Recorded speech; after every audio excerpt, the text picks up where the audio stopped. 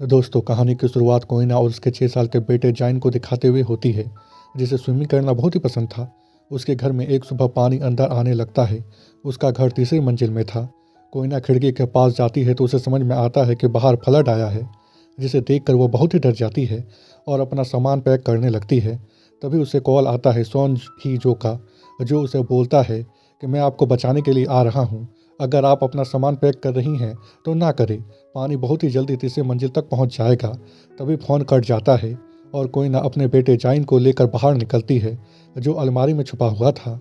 बाहर का नज़ारा बहुत ही डरावना होता है। पानी धीरे धीरे ऊपर आ रहा था। लोग अपनी जान बचाने के लिए ऊपर जाने की कोशिश कर रहे थे, जिसके कारण ऊपर जाने वाली सीढ़ी पर बहुत ही ज़्यादा भीड़ था।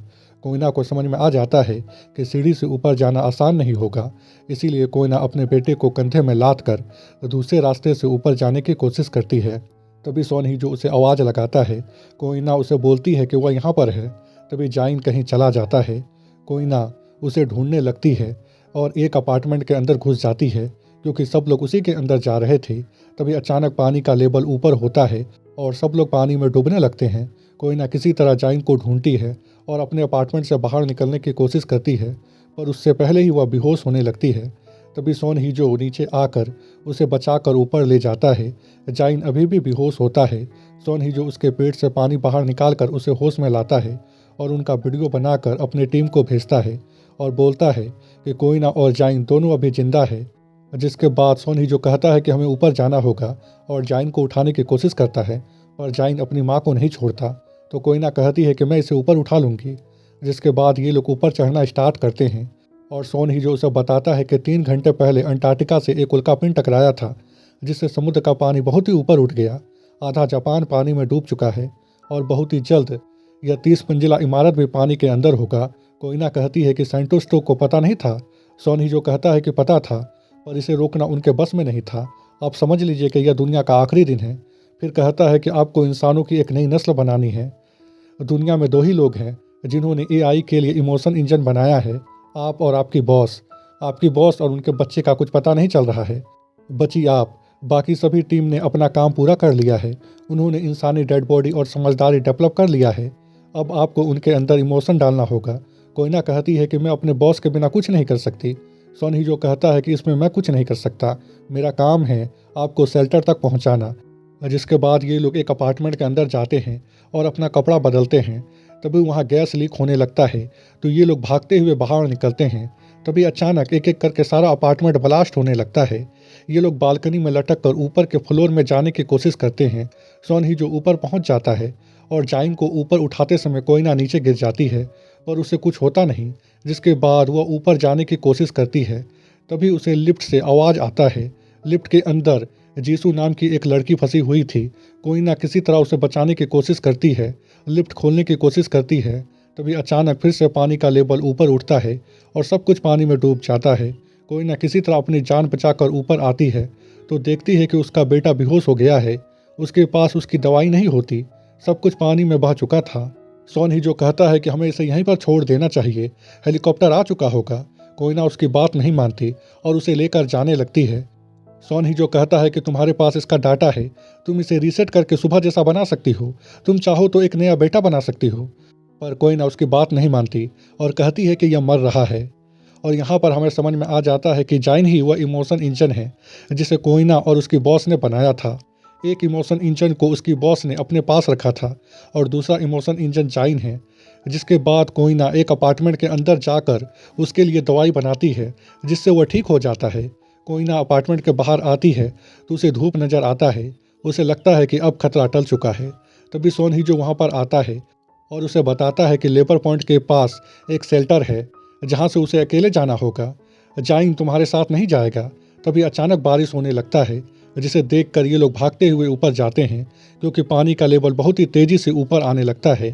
किसी तरह ये लोग अपनी जान बचाकर तीसरे फ्लोर तक पहुँचते हैं, पर उससे आगे जाने के लिए कोइना तैयार नहीं होती। वह अपने बच्चे को छोड़ना नहीं चाहती थी। सोन ही जो उसे समझाता है कि ऐसा कुछ नहीं होगा, उसकी बॉस का बच्चा रिसर्च के लिए उपलब्ध नहीं है, इसीलिए ड्राइविंग सेंटर वाले ऐसा यहाँ नहीं छोड़ेंगे। जिसके बाद कोइना उसके साथ जाती है। उसे लेने के लिए ड्राइविंग सेंटर की एक टीम आई थी। उन्हें सौंपने से पहले सोन ही जो उसका एक वीडियो बनाता है और कहता है कि मानव जाति को बचाने के लिए कोई ना उनका पूरा साथ देने के लिए तैयार है। जिसके बाद सोन ही जो वहाँ से जाने लगता है और डार्विन सेंटर के लोग जाइन को उससे छीन लेते हैं और उसकी सारी मेमोरी और डाटा एक बॉक्स में इकट्ठा करने लगते हैं उसे यहीं छोड़ने के लिए। कोई ना भागते हुए सोन हिजो के पास जाती है और कहती है कि तुमने कहा था कि जाइन भी हमारे साथ आएगा। तब सोन हिजो उसे बताता है कि उसकी बॉस पानी में डूबी नहीं है बल्कि बच्चे को लेकर भाग गई है, इसीलिए मैंने तुमसे झूठ कहा। ऐसे भी तुम्हें पता था कि डार्विन सेंटर वाले उसे 1 महीने बाद आकर ले जाएंगे। यह कहकर वह हेलीकॉप्टर की तरफ आगे बढ़ने लगता है। कोई ना डार्विन सेंटर के हेड से कहती है कि कम से कम उसे टेम्परेरी शेल्टर तक तो साथ जाने दो। उसका हेड कहता है कि कोई टेम्परेरी शेल्टर नहीं है और उसे बताता है कि हम सब यहीं मरने वाले हैं, सिर्फ तुम आगे जाओगी। तभी उसके आदमी सोन हिजो को गोली मार देता है और उसे समझ में आ जाता है कि वह जाइन को अपने साथ नहीं ले जा सकती, इसीलिए उससे आखिरी बार मिलकर हेलीकॉप्टर में बैठकर यहाँ से निकल जाती है। उसके साथ जाइन की मेमोरी और उसके डाटा का बॉक्स भी होता है। जिसके बाद हमें दिखाया जाता है कि कोई ना अंतरिक्ष यान में बैठकर अंतरिक्ष में चली गई। उनके जाने के बाद बहुत सारा उल्कापिंड धरती में गिरा, जिससे पृथ्वी का अधिकतर जीवन समाप्त हो गया और इसीलिए डार्विन सेंटर ने 7 अंतरिक्ष यान अंतरिक्ष में भेजा था ताकि इंसानी नस्ल को बचाया जा सके। इनकी टीम का एक ही मकसद था, एक माँ और एक बच्चे को बनाना, और इसके लिए इनके पास ईसा लैब नाम का एक मशीन था जिसकी मदद से इन लोगों ने जाइन को बनाया था। यानी इनके पास एक बच्चा का इमोशन इंजन था, उसका जज्बात था, लेकिन इनके पास एक माँ का इमोशन इंजन नहीं था, उसका जज्बात नहीं था, जिसकी मदद से ये लोग इंसान की एक नई नस्ल बना सकते।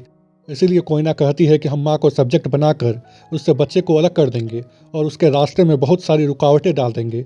अगर माँ बच्चे को ढूंढ पाती है तो उसके अंदर माँ की इंसानी जज्बात आ जाएगा, नहीं ढूंढ पाती तो उसे फिर से स्टार्ट करना होगा। उसका साथी कहता है कि अगर माँ बच्चे को कभी नहीं ढूंढ पाई तो इंसानी नस्ल हमेशा के लिए ख़त्म हो जाएगा। तभी उल्कापिंड एक अंतरिक्ष यान से टकरा कर नष्ट हो जाता है और उसका टुकड़ा इनके अंतरिक्ष यान से टकरा जाता है, जिससे कोयना को बहुत ही चोट आता है। उसका बचना मुमकिन नहीं था, इसीलिए कोयना अपने साथियों को कहती है कि वह बनेगी सब्जेक्ट और अपने बेटे को ढूंढेगी। कोयना कहती है कि उसकी यादें भी जाइन के साथ भेज दी जाए, जिसके बाद ड्राविन सेंटर के आदमी उसका मेमोरी और डाटा एक बॉक्स में इकट्ठा करके उसे ईसा लैब में भेज देते हैं, जहां इनका डाटा और मेमोरी का उपयोग करके इमोशन इंजन बनाने की कोशिश किया जाएगा। तभी कोयना की आंखें खुलती है। उसके अपार्टमेंट में पानी भर चुका था। उसका बेटा स्विमिंग करना चाहता था। कोयना उसकी बात नहीं सुनती और अपना सामान पैक करने लगती है। तभी सोन हिजो का कॉल आता है जो उसे बोलता है कि मैं आपको बचाने के लिए आ रहा हूँ, आपकी बॉस पानी में डूब चुकी है, आप जल्दी बाहर निकले और ऊपर की ओर आए। तभी जाइन उसे अपना बनाया हुआ ड्राइंग दिखाने की कोशिश करता है, लेकिन उसकी माँ उसकी बात नहीं सुनती। तभी उसे याद आता है कि उसकी बॉस ने कहा था कि डार्विन सेंटर के लोग 1 महीने बाद जाइन को लेने के लिए आएंगे। कोयना जाइन को देना नहीं चाहती थी, इसीलिए वो अपने बेटे को कहती है कि वह किसी भी अजनबी इंसान के साथ ना जाए। जिसके बाद वह अपने बेटे को लेकर बाहर निकलती है। बाहर का नज़ारा बहुत ही डरावना था। पानी धीरे धीरे ऊपर आ रहा था। लोग अपनी जान बचाने के लिए ऊपर जाने की कोशिश कर रहे थे, जिसके कारण ऊपर जाने वाली सीढ़ी पर बहुत ही भीड़ था। कोयना को समझ में आ जाता है कि सीढ़ी से ऊपर जाना आसान नहीं होगा, इसीलिए कोयना अपने बेटे को कंधे में लाद कर दूसरे रास्ते से ऊपर जाने की कोशिश करती है। तभी सोन ही जो उसे आवाज़ लगाता है, जिसे देखकर वह छुपने लगती है। तभी पानी अचानक बहुत ही तेज़ी से ऊपर आता है, जिससे सब लोग पानी में डूब जाते हैं। कोयना किसी तरह पानी से तैरकर बाहर निकलती है और फिर अपने बेटे को बालकनी में लटका कर बिल्डिंग के अंदर करती है, और जब खुद अंदर जाती है तो उसका बेटा वहाँ पर नहीं होता। कोयना अपने बेटे को ढूंढने लगती है। तभी उसकी नज़र पानी पर पड़ती है जहाँ एक बच्चा होता है। उसे लगता है कि यह उसका बच्चा है, इसीलिए वह पानी में कूद जाती है, पर उसे उसका बच्चा नहीं मिलता। तभी उसे होश आता है। सोन ही जो उसे पानी में डूबने से बचाता है। उसके होश आते ही सोन ही जो उसका वीडियो बनाकर अपनी बॉस को भेजता है। तभी कोयना पानी में अपने बच्चे को ढूंढने लगती है। सोन ही जो कहता है कि उसका बच्चा पानी में नहीं है और उसे फ़ोटो दिखाता है। जिसके बाद कोयना अपने बच्चे को हर फ्लोर में ढूंढने लगती है। उसका बच्चा नहीं मिलता। सोन ही जो उसे ज़बरदस्ती अपने साथ ऊपर लेने की कोशिश करता है तो कोयना उसके ऊपर बंदूक तान देती है। तभी सभी अपार्टमेंट में एक एक करके ब्लास्ट होने लगता है। कोयना पानी में कूद जाती है और फिर तैरकर बिल्डिंग के अंदर आती है। लिफ्ट में किसी के रोने की आवाज़ आ रही थी। कोयना उसे बचाती है और कहती है कि उसे ऊपर जाना चाहिए, उसके दादाजी ऊपर होंगे, और फिर अपने बेटे को ढूंढने लगती है। तभी उसे एक अपार्टमेंट से आवाज़ आता है। दो गुंडे लोगों को लूट रहे थे।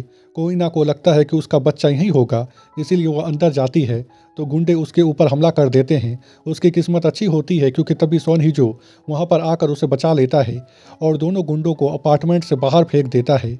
उसके साथ जिसू भी होती है, यह उसी का घर था। कोइना जिसू को कहती है कि अब मुझे जाना होगा। तभी उसकी दादी कोइना को उसकी दवाइयाँ देती है। कोइना कहती है कि इसके बारे में आपको कैसे पता, और उसकी दादी कोई जवाब नहीं देती। जिसके बाद कोइना बाहर निकलती है तो सोन हिजो उसके पास आता है तो कोइना उससे मदद मांगती है अपने बेटे को ढूंढने में, और रोते हुए कहती है कि अभी तक एक बार भी वो अपने बच्चे को नहीं ढूंढ पाई है। जिसके बाद सोन हिजो उसकी मदद करता है और दोनों अलग अलग होकर अलग अलग फ्लोर में जाइन को ढूंढने लगते हैं। तभी कोइना को याद आता है कि उसका बेटा उसे ड्राइंग दिखाना चाहता था। वह तुरंत अपना मोबाइल खोलकर ड्राइंग देखती है तो उसमें हजारों ड्राइंग होता है और सब एक जैसा था। तभी सोन हिजो उसे बताता है कि उसका बेटा मिल गया। कोइना भागते हुए उसके पास जाती है लेकिन वहाँ पर उसका बेटा नहीं होता।